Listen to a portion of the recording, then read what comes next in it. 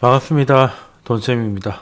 일단 뭐 반도체 중심으로 해서 우리나라 뭐 삼성전자나 하이닉스 이렇게 좀 하락을 좀 많이 한 상황에서 연휴를 맞이하게 됐는데 지금 제가 화면에 띄워놓은 차트는 마이크론입니다.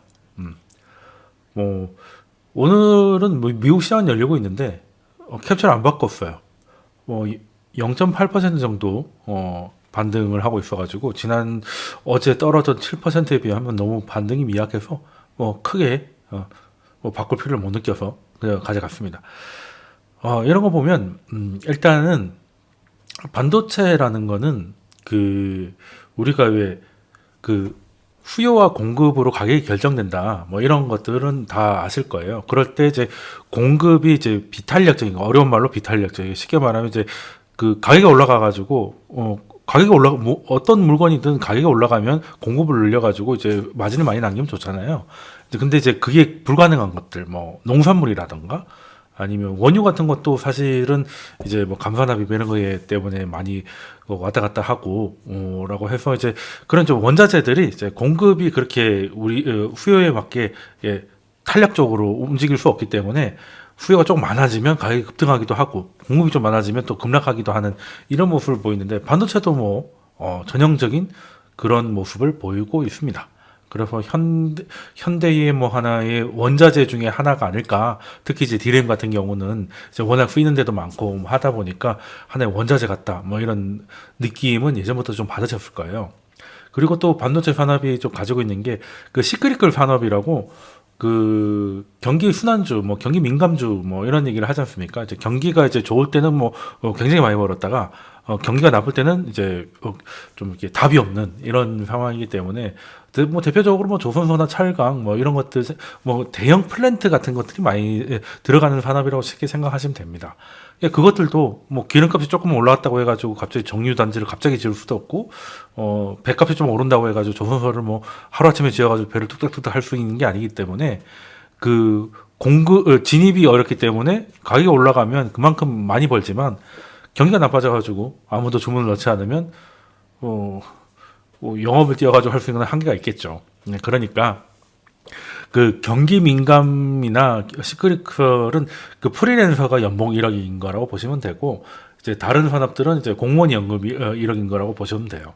그래서 은행에서 봤을 때 같은 연봉 1억이니까 똑같은 대출을 해주지 않죠. 프리랜서는 뭐 올해 운이 좋아가지고 잘 벌을 수도 있고 내년부터는 뭐 다시 백수가 될 수 있기 때문에 1억을 벌면 한 3천만 원, 4천만 원 번 일반 직장인들하고 똑같이 보지 않습니까? 이제 그런 밸류를 적게 받는다, 라는 게 이제 시크릿컬 산업의 특징인데, 반도체도 좀 그렇죠. 반도체도 좀 그런데, 그래도 시크릿컬보다는 이제 밸류를 많이 받는 편입니다. 시크릿컬은 뭐 이런 식으로 이제 왔다 갔다 한다면, 반도체는 이제 이것도 사이클이 있지만 고점과 저점을 점점 높여가면서 워낙 쓰이는 데가 많으니까 이제 그래서 밸류는 좀 받고 있는데 그러면 왜 지금 이렇게 빠지고 있는가 라고 보면 일단은 뭐 코로나 때부터 가야 될 것 같기도 한데요. 반도체 특히 디램 같은 경우는 동아시아에서 거의 다 만들잖아요. 뭐 미국 마이크론도 있고 하지만 삼전 한익이 한국에 있고 반도체 관련해 가지고는 아시아가 제조에 있어서는 많은 역할을 하고 있기 때문에 그때 이제 공급이 중단될까봐 디램을 가지고 뭔가 제품을 만드는 뭐 대표적으로 뭐 노트북 만드는 회사들 HP나 뭐 델이나 이런 PC 업체들은 디램이 없으면 뭐 물건을 만들 수가 없으니까 주문을 많이 넣었죠. 가수요가 붙었다고 하죠. 그래서 엄청 많이 확보를 해뒀는데 이게 생각보다 재고가, 그러니까 삼성전자 하이닉스에 그렇게 재고가 많이 쌓이는 건 아닌데 이거를 가지고 뭔가 제품을 만들어서 팔아야 되는 제조사들이 갖고 있는 재고가 생각보다 많더라.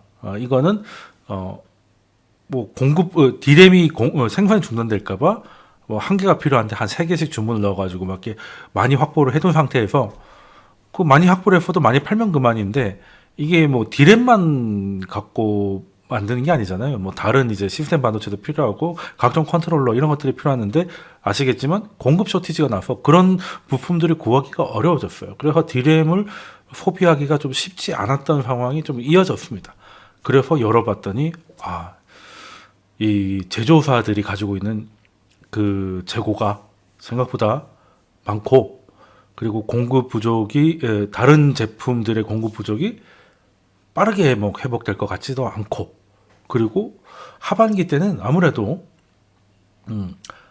뭐 예전에 코로나 초반처럼 뭐 집에서 게임만 하고 아이패드로 뭐 넷플릭스 보고 하는 게 아니라 나가서 놀 것 같으니까 수요도 줄지 않겠나 하는 생각에 갑자기 보니 그 반도체의 업황이 안 좋아졌는데, 반도체는 아까 초반에 말씀드렸듯이 이제 수요가 조금만 줄어도 공급을 거기다가 맞추기가 쉽지 않으니까 이제 가격이 좀 급락을 하고 있고, 시장은 거기에서 조금 약간은 과한 모습을 좀 보이는 것 같습니다.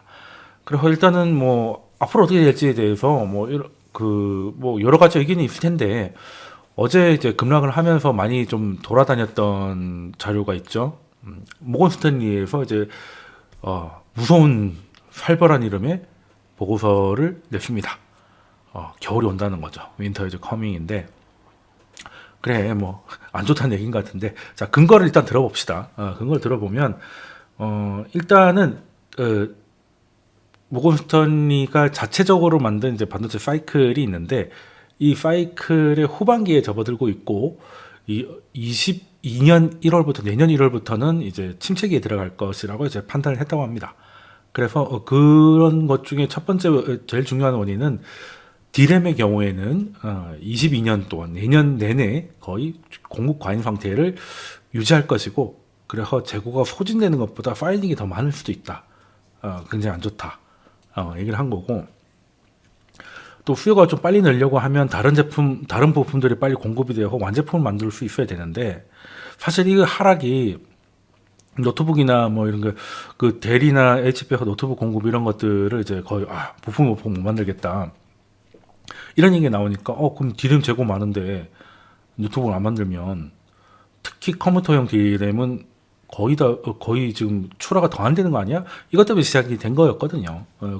그렇기 때문에 이게 빨리 해결될 것 같지가 않다. 그래서 수요도 부품 공급이 뭐 그렇게 빠르게 회복될 것 같지 않다.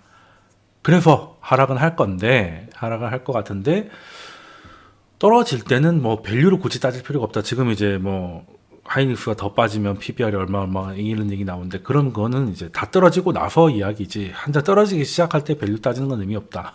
그리고 뭐 줍줍 하는 것도 좋은데, 그거는 뭐 이런 상황들이 시작되는데 굳이 지금 미리 살 필요 없다는 얘기를 하는 거죠. 그래서 이제 얻는 보상보다 리스크가 더 크다는 얘기를 했고, 그래서 이제 하이닉스 같은 경우는 이제 목표가를 8만 원으로 하향을 했고요. 삼성전자는 이제 98,000원에서 89,000원으로 하향을 했는데, 하이닉스는 이제 비중은 축소를 제시했고, 삼성전자는 이제 매수는 유지를 하는데 목표가를 좀 낮췄습니다.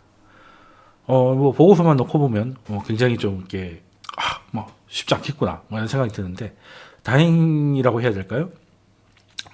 역시 비슷한 글로벌 IB 중에 하나인 골드만삭스는 조금 다른 얘기를 꺼냈기 때문에 좀 가져왔습니다. 일단은 그래 뭐 4분기 정도에 디램 가격이 더 떨어진다 하더라도 사실 우리 그거 어느 정도 예상하고 있지 않았냐. 그래서 꽤 많이 반영된 걸로 판단한다. 그래서 지금이 8월 중순을 이제 향해 가는데, 지금 뭐 올해 4분기, 3분기 얘기를 해가지고 주가를 볼 필요가 없다. 4분기가 안 좋을 것 같으니까 주식은 선반영하지 않느냐. 그래서 이거 빠진 거고, 그래서 올해 안 좋은 거, 4분기 안 좋은 거는 이미 반영이 상당 부분 됐고, 중요한 거는 22년 전망인데, 그게 그렇게 비관적일 필요는 없는 것 같다는 얘기를 하고 있는데요. 일단은 이게 DDR4나 이제 5가 좀 전환되는 시기에 있다 보니까, 이게 그 DDR5로 좀 넘어가면, 물론 이게 DDR5를 쓰기 위한 뭐 CPU나 이런 것들은 아직 뭐 나오지도 않고 뭐 여러 가지가 있다고 하긴 합니다만, 뭐 결과적으로 넘어가겠죠. 수리가 포가 왔듯이. 넘어가는 이런 과정에서도 뭐 좀 어려운 얘기지만 뭐 여러 가지 공정의 문제 때문에 다이 페널티나 공급 감소 같은 것들이 생겨서 뭐 그렇게까지 공급 과잉이 될 것 같지는 않다는 거예요.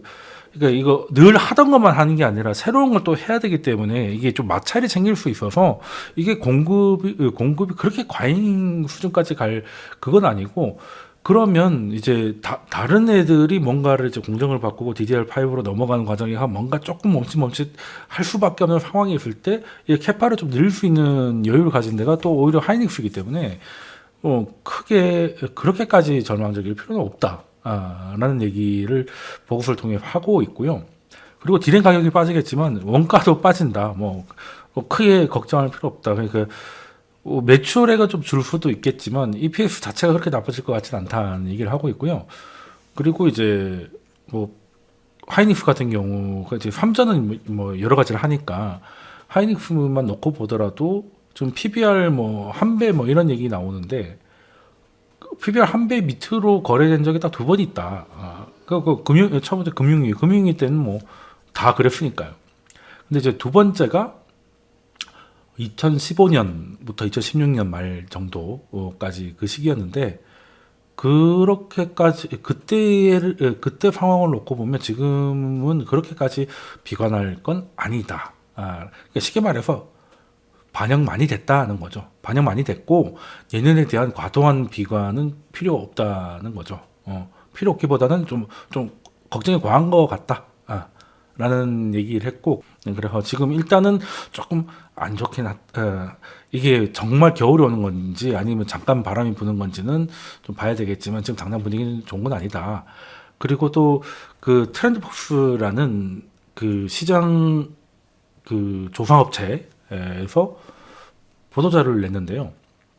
4분기의 디램 가격이 3분기에 비해 한 5% 정도 떨어질 것 같다라는 주장을 하면서 그 근거로 PC용 디램 수요가 예상보다 좀 빨리 줄고 있기 때문이다 라고 하는데 여기는 아까 말씀드렸던 이제 제조업체들이 그 다른 부품이 없어가지고 제품 생산을 좀 줄여야겠다 이런 얘기가 나오는 게 그것도 뭐 수요가 주는 거니까요.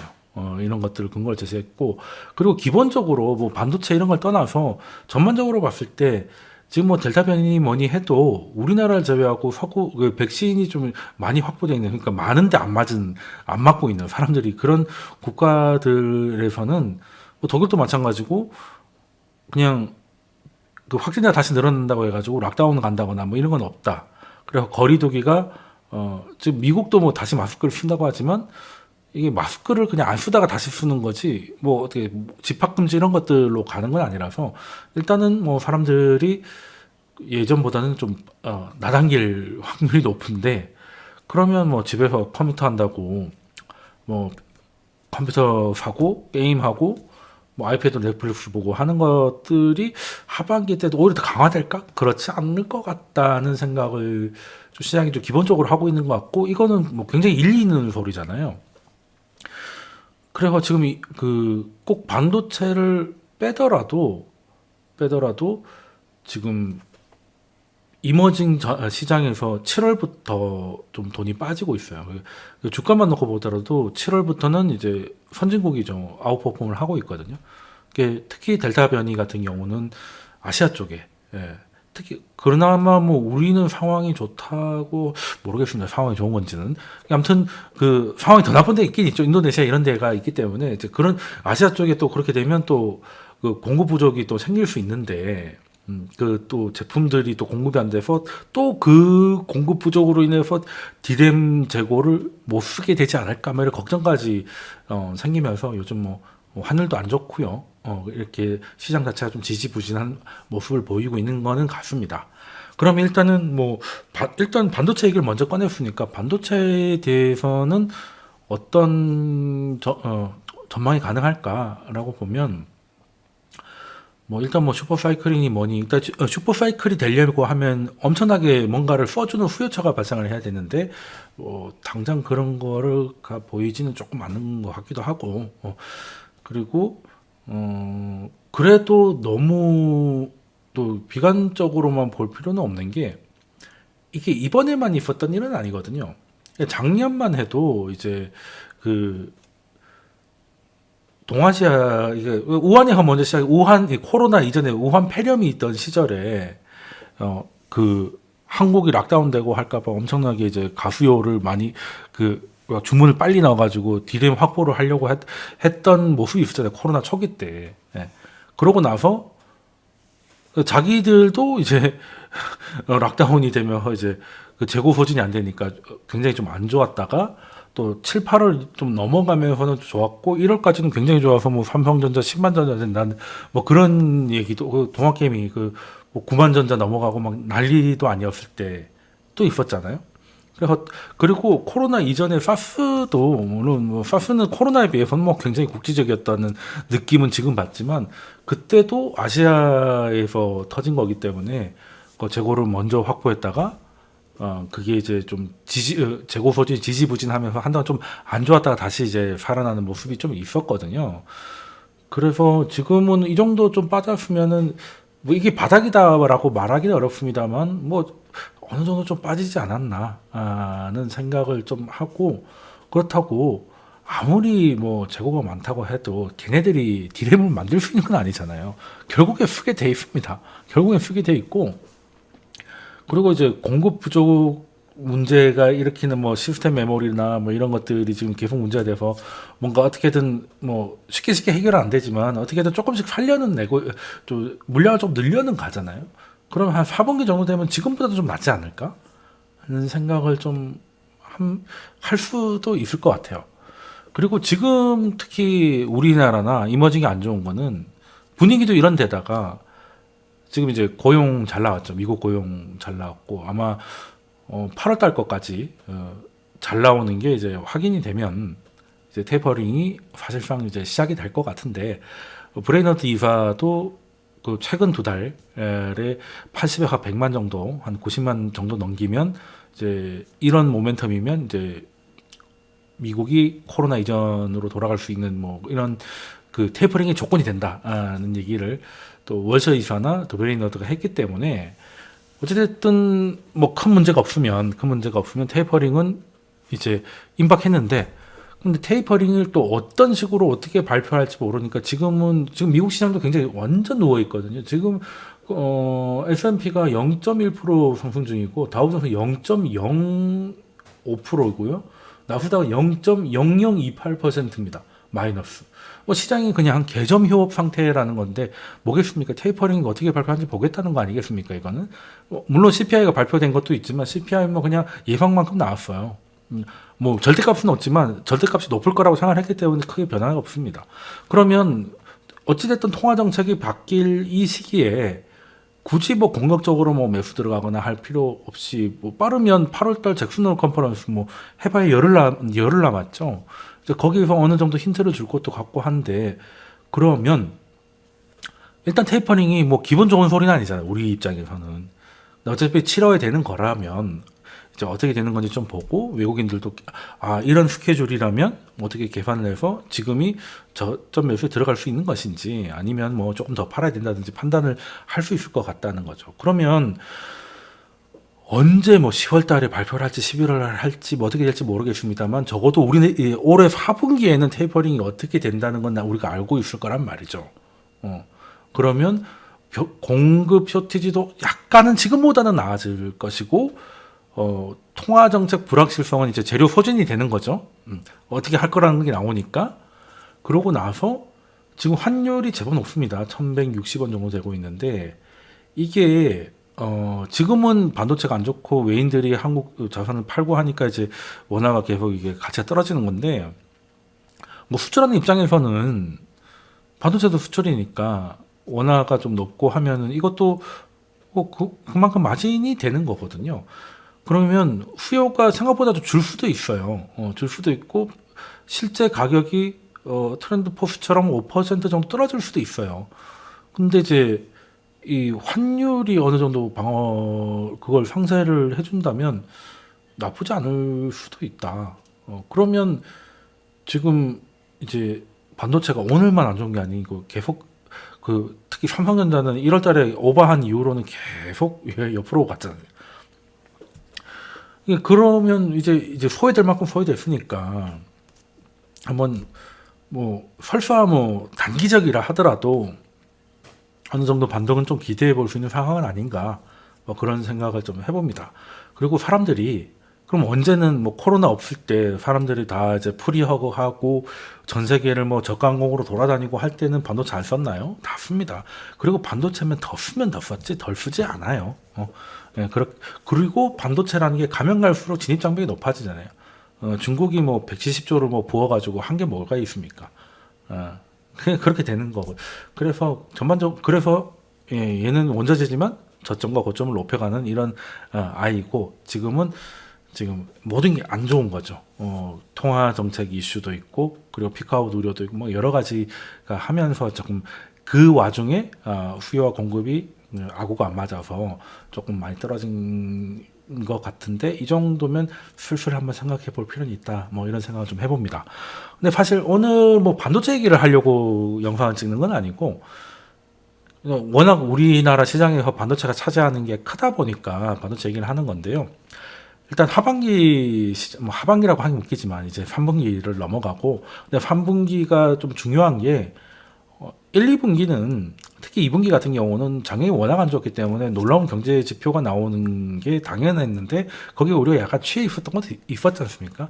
이제 3분기야말로 작년 얘기를 안 해도 되는 이제 기저 효과가 아닌 진짜 이제 우리의 실력을 보여주는 그런 분기가 될 거라서 어떻게 될지 한번 고민을 좀 해보려고 영상을 준비한 거라고 이 얘기를 한번 해볼까 합니다. 한국은 뭐 그냥 수출로 먹고 사는 나라입니다. 이 말은 한국은 수출이 괜찮으면 안 떨어진다는 거예요. 그러니까 뭐 강세장에도 늘 있을 수 있는 고점 대비 5에서 한 10% 정도의 조정장 뭐 이런 거 제외하고 그런 눌림목 제외하고는 크게 하락으로 넘어가지 않았다는 겁니다. 그리고 뭐 금융위기라든가 뭐 유로존 재정위기라든가 이럴 때 전 세계의 수요와 교역량이 줄어들 만한 일이 생겼을 때 한국은 하락을 하든지 레벨 다운을 했지 그냥은 잘 빠지지 않았다는 겁니다. 그러면 이제 당연히 중요한 거는 이제 수출이겠네요. 반도체도 수출이고 우리 모든 건 우리가 내수로 할 수 있는 거는 이제 시총에서 얼마 안 되지 않습니까? 네, 그러면 2분기까지는 굉장히 좋았습니다. 수출 증가율 뭐 역대 증가율도 놀라웠고 그리고 뭐 우리는 뭐 그 지표를 만든 이유는 뭐 역대 최고치 뭐 이런 거 한동안 계속 나왔었는데 이제 앞으로는 어떻게 될까? 앞으로 어떻게 될까 하는 건데 이게 지금 그 좋은 분위기에서도 갑자기 주식 시장이 딱 멈추고 조금씩 들어가는 이유가 뭐겠어요? 수출 좋았는데 지금이 이제 꼭대기 아니냐, 정점 아니냐, 피크아웃 아니냐, 그래서 박수 칠 때 팔아야 되는 거 아니냐 이런 거죠. 그럼 우리나라가 수출 증가율이 쫙 올라가다가 고점을 찍었던 그 옛날 좀 사례를 좀 볼 필요가 있겠죠. 특히 이제 우리나라는 이제 전 세계 경기와 굉장히 연결되어 있는 나라이기 때문에 뭐 우리나라가 아무리 뭐 내수에서 아무리 안 좋아도 뭐 세계 경제가 좋아가지고 뭐 수출이 잘 되면 올라가는 거고 아무리 뭐 세종대왕이 다시 재림을 하셔가지고 뭐 이렇게 정치를 잘하셔도 뭐 금융위기 터지고 뭐 재정위기 터져가지고 수입을 아무도 안 해주면 우리는 손가락 빠는 거지 않습니까? 그러면 그 말은 크게 한번 위기가 있었던 이후에는 꼭 이런 일이 있었다는 거죠. 뭐 대표적인 게 일단 그 2001년쯤에 이제 닷컴 버블 이제 끝나고 이제 계속 안 좋았다가 쭉 한번 올라갔던 그때가 있을 거고 또 그리고 금융위기 있었을 거고요. 그리고 이제 우리나라가 2604를 찍었던 2017년 뭐 그때 한 3번 정도의 기억이 있는데 일단 한 3번에는 공통점은 수출 증가율을 정점을 찍고 내려왔다는 겁니다. 그런데 증가율 말고 코스피 기준으로 보면 2번은 계속 상승을 했고요. 정점을 찍고 내려도 계속 상승을 했고 한 번은 이제 정점 찍으니까 같이 코스피가 하락을 했던 겁니다. 뭐 언제였는지는 뭐 다 이제 쉽게 기억을 하실 거예요. 이때인데요. 왼쪽에 보면 이제 03년, 04년부터 우리나라가 그때 이제 주도 산업이 있었죠. 그때는 아마 그 철강, 화학, 정유, 디스플레이 뭐 이렇게 조선도 있었고 기계 뭐 굉장히 좋았지 않습니까?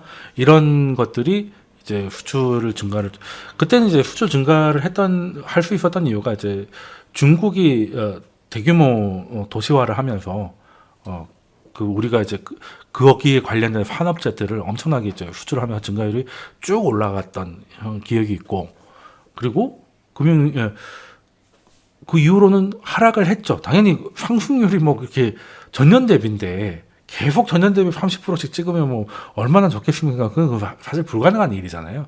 그래서 찍고 내려왔지만 그래도 올라갔던 04년부터 2007년까지 그때 강세장 그리고 금융위기 때도 한번 여기 뭐 그래프도 보시면 이제 뭐 칼로 썰어놓은 것 같이 쭉 빠졌다가 반등을 쭉 한 다음에 정점을 찍고 내려오는데 코스피는 계속 상승을 합니다.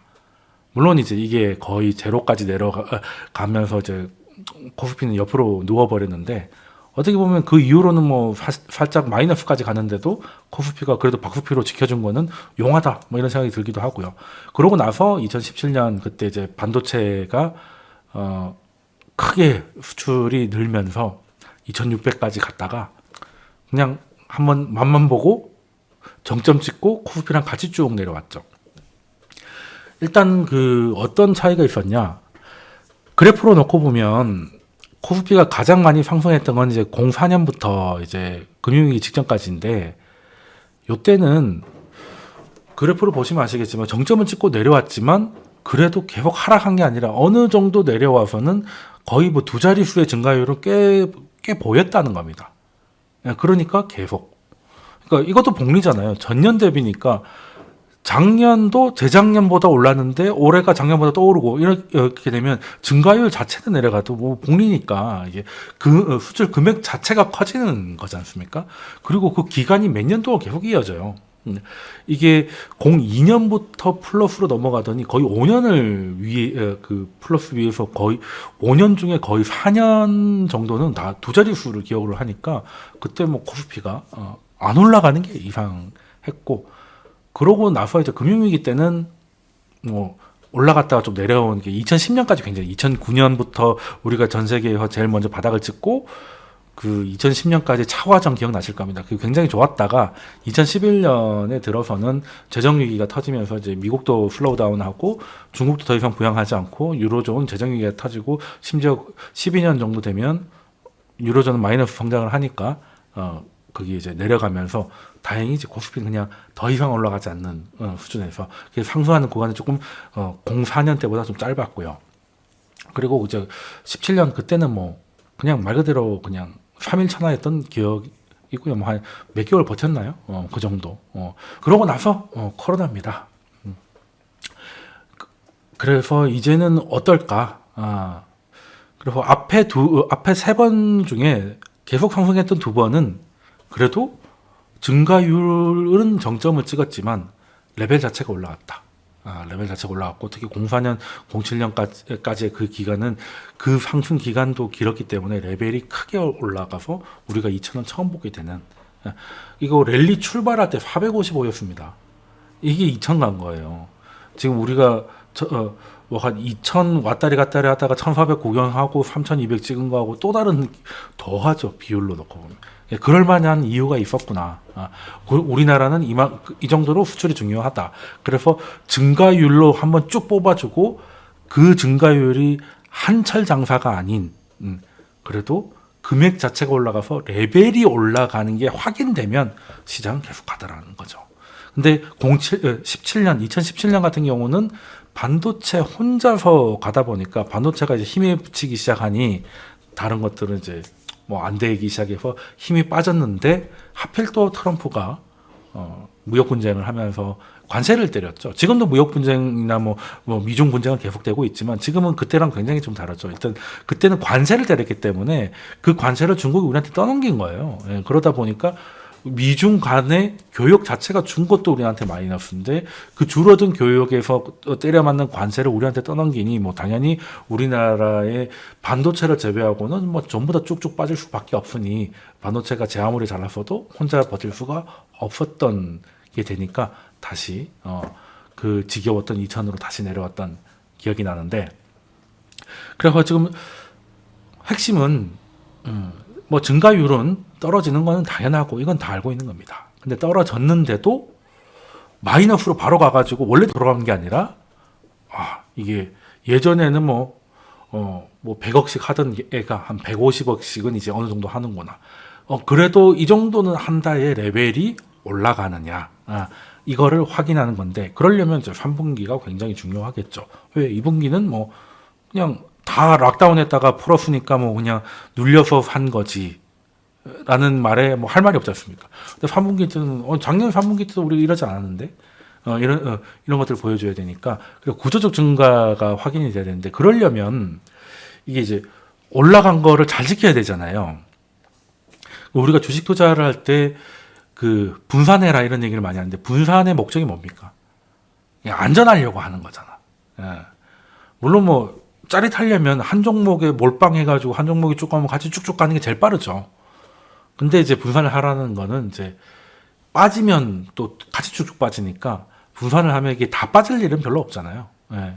그래서 그러면 우리나라 수출도 한 지역에 한 물건을 주로 팔면 그 지역에 문제가 생기고 그 물건에 뭐 경쟁자가 생기고 하면 쭉쭉 빠지는 순식간에 빠질 수도 있는 그런 구조적 취약점을 갖고 있지 않느냐, 2017년 때처럼. 근데 지금은 조금 기대를 좀 해볼 만도 합니다. 왜 그런가?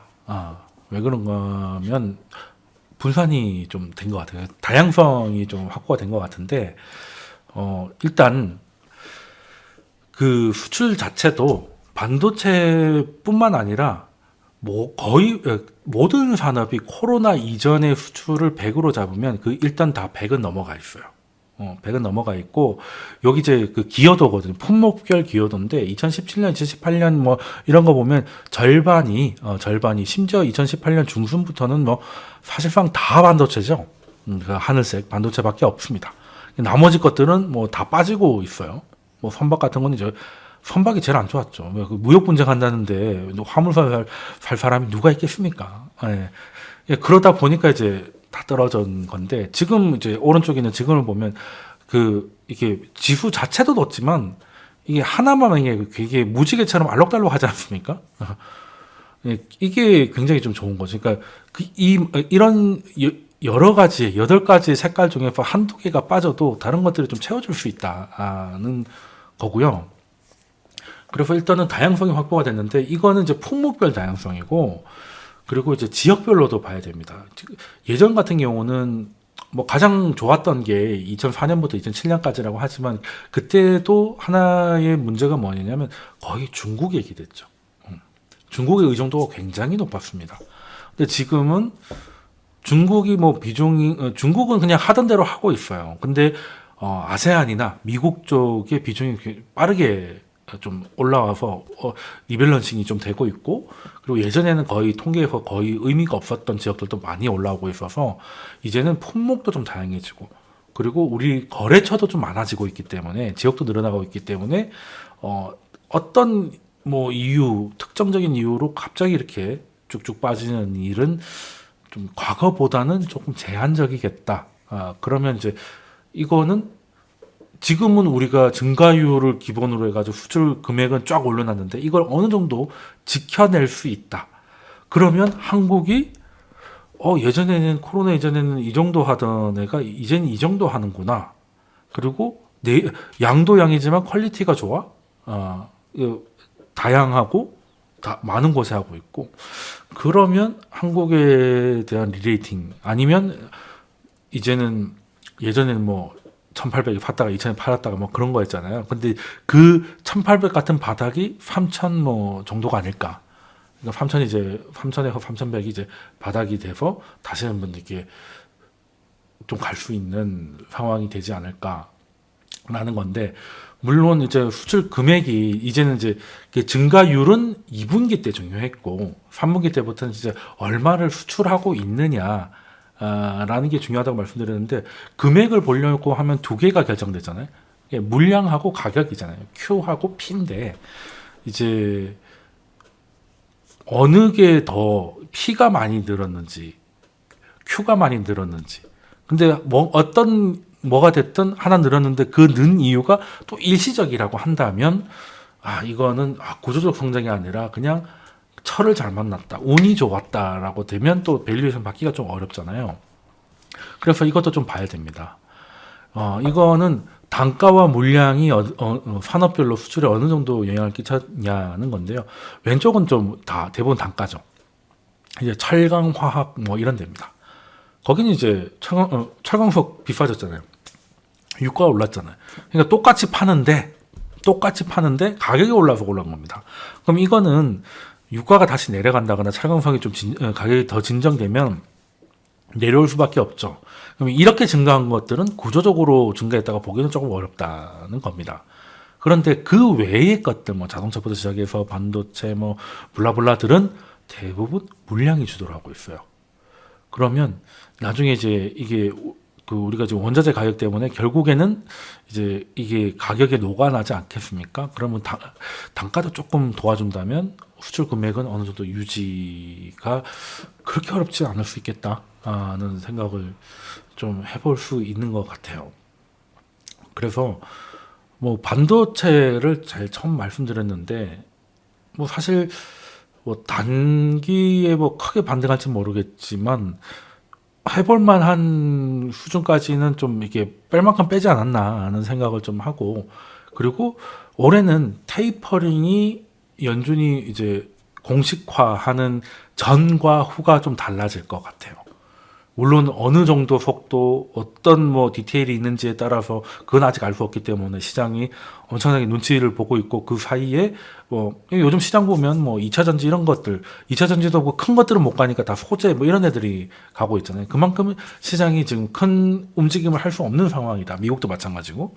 이제 그렇게 해서 이게 테이퍼링 이슈가 일단 일단락이 되면 이제 맞춰가면서 이제 다시 움직이면 되는데, 그때는 이제 이런저런 그 시장이 흔들릴 때 밀렸던 아이들을 좀 사야 되지 않나 하는 생각을 하는데요. 물론 뭐 3분기가 중요하면 3분기 실적 발표되어 오면 그때 움직이느냐, 3분기 실적 나오려면 10월, 11월인데 그때까지는 이제 기다릴 수는 없는 거고, 주식시장이 또 그렇게까지 또 이렇게 느긋한 곳이 아니잖아요. 그러면 한국 시장으로 기준으로 했을 때는 수출이 중요하고, 증가율 외에 수출 금액, 이 높아진 레벨을 지지하는 수출 금액이 지켜지는지가 굉장히 중요하다고 했는데, 그럼 그때까지 기다릴 거냐? 아니죠. 한국만큼 이렇게 전산이 발달하는 나라가 별로 없어서 그런지 우리나라 수출 같은 경우는 한 달에 3번 발표됩니다. 1일에서 10일까지, 10일에서 20일까지, 그리고 마지막에는 이번 달에서 다음 달 그 1일 날에 발표가 되잖아요. 그리고 뭐 자동차 같은 경우도 월별 판매량은 다 발표되고, 그러니까 미리 힌트가 굉장히 많아요. 그러면 지금 시장이 크게 펀더멘탈이 훼손될 그런 건 아닌데, 심리적으로나 뭐 시기적으로나 해서 조금 움츠러드는 이 조정장에서 문제 없는 기업이 시장 분위기에 밀리고 있는지를 보고, 그걸 보고 있다가 지금 이렇게 제가 그 힌트가 나오는 것들을 보고 이게 레벨이 어느 정도 지켜진다고 판단되면 그 기업들을 사는 거죠. 뭐 예를 들면 이 기업은 뭐 충분히 10만 원까지 갈 수 있다고 생각을 했는데 9만 원까지 가버려 가지고 너무 늦었다고 못 사고 있는데 뭐 뜻하지 않게 뭐 한 7만 정도 내려왔다. 그러면은 3만 원 정도 룸이 있으니까 또 들어갈 수 있는 기회를 주는 걸 수도 있고요. 그래서 사실 그래서 뭐 현금 비중 중요하다 이런 얘기를 많이 하는 이유가, 뭐 이럴 때 좀 대응을 할 수도 있고, 또 기다렸던 놓쳤던 버스를 또 다시 잡아탈 수도 있고, 이런 상황이기 때문에 뭐 우리가 뭐 일반인들이 뭐 회계사 될 것도 아닌데 뭐 재무제표 들여다보고 뭐 다 공부하는 건 다 좋습니다. 근데 정말 힌트를 많이 주고 정말로 수익과 연결되는 신호를 많이 주는 건 재무제표도 아니고 유튜브도 아니고, 저도 유튜브긴 하지만 유튜브도 아니고, 딱 뭐 그 성장성 이런 거 다 좋은데 제일 중요한 조정장에서 어떻게 되느냐. 그 조정장을 잘 활용하는 사람이어야, 그럼 조정장에서 활용이 잘 되는 사람이면 조정장을 기다릴 거 아니에요. 그러니까 시장에 대해서 뭐 크게 전전긍긍하지 않습니다. 뭐 물론 말처럼 쉬운 건 아니죠. 그러려면 평소에 그냥 뭐 제가 얘기하면 이제 무게감이 없으니까 피터 린치의 얘기를 한번 갖고 오겠습니다. 주식 뒤에는 기업이 있다는 거잖아요. 이게 지금은 사실 실적이 좋게 나와도 별로 주가 반응이 없습니다. 답답한 시장이죠. 왜? 지금은 실적이 좋은 게 당연한 거거든요. 실적이 나쁘면 작살나는 거고, 실적이 좋으면 당연히 좋아야지. 그럼 안 좋으려고 했어? 약간 이런 분위기예요. 왜? 요즘 같은데 실적 안 좋으면 어떡하려고? 지금 좋은 거 그거 긴장 풀면 안 된다고. 그거죠. 왜? 피카오신. 그러니까 지금 이런 논리에서는 실적 좋다고 가는 게 아니에요. 실적이 좋으면 그나마 좀 이렇게 있는 거고, 아니면 그냥 작살나는 거고. 뭐 이러다 보니 그냥 실적이 이렇게 실적 팩터가 잘 안 먹히고 있는데, 그래도 실적은 어떻게 가지 않습니다. 기업이 벌어놓은 돈 주가 안 올라간다고 불태우나요? 그거 아닙니다. 지금 뭐 테이퍼링 이슈라든지 이런 것들이 시장에 신경을 쓰이게 하는 것들이 결국 다 어떻게 결론이 나든 결론 나게 돼 있어요. 그러면 결국에는 그러면 우리가 생각했던 것처럼 그렇게 뭐 무서운 정책이 나온 것도 아닌데 지금 다시 달려보자 라고 할 때 뭐 사겠어요. 실적 좋아하는데 못 가는 애들을 사야 될 거 아니겠습니까? 그럼 그때는 실적이 또 이제 이게 주목을 받는 건데, 지금은 실적 좋은 게 뭐 크게 너무나 당연하게 돼버려가지고 그렇게 된 겁니다. 그래서 실적은 어디 가잖아요. 그러니까 여러 가지 테마가 있는데요. 그래도 가장 믿을 거는 기업이 왜 있습니까? 돈 벌려고 있는 거 아니에요. 물론 요즘은 돈을 벌기보다는 독점을 위해서 가는 쿠팡 같은 기업도 있긴 하지만, 이제 그런 애들은 좀 다른 계산법을 어떻게든 찾아본다고 하더라도 일반적인 보통의 기업들, 굳이 조선철강 같은 전통적 기업이 아니라 하더라도 실적은 어디 가지 않습니다. 그리고 그런 것들, 그런 기업들을 잘 공부해 두셨다가 째려보고 있었다가 조정장 오면 들어가는 것도 나쁘지 않다. 그리고 가지고 있었다면 조금 더 매수 대응도 가능은 하다. 지금은 시장이 펀더멘탈에 의해서 빠지는 것 같지는 않다. 물론 모멘텀이 죽은 건 맞죠. 모멘텀이 죽은 건 맞는데, 그렇다고 뭐 시장이 지금 크게 전체적인 게 빠질 만한 일은 아니기 때문에 한번 하반기 때는 특히 테이퍼링 얘기 나오면 다시 한번 그때까지는 좀 날도 덥고 답답한 시기를 조금 견뎌내는 시간이 필요할 것 같다는 말씀을 드리고 싶어서 오늘 영상을 준비를 했고요. 그럼 다음 영상에 뵙도록 하겠습니다. 감사합니다.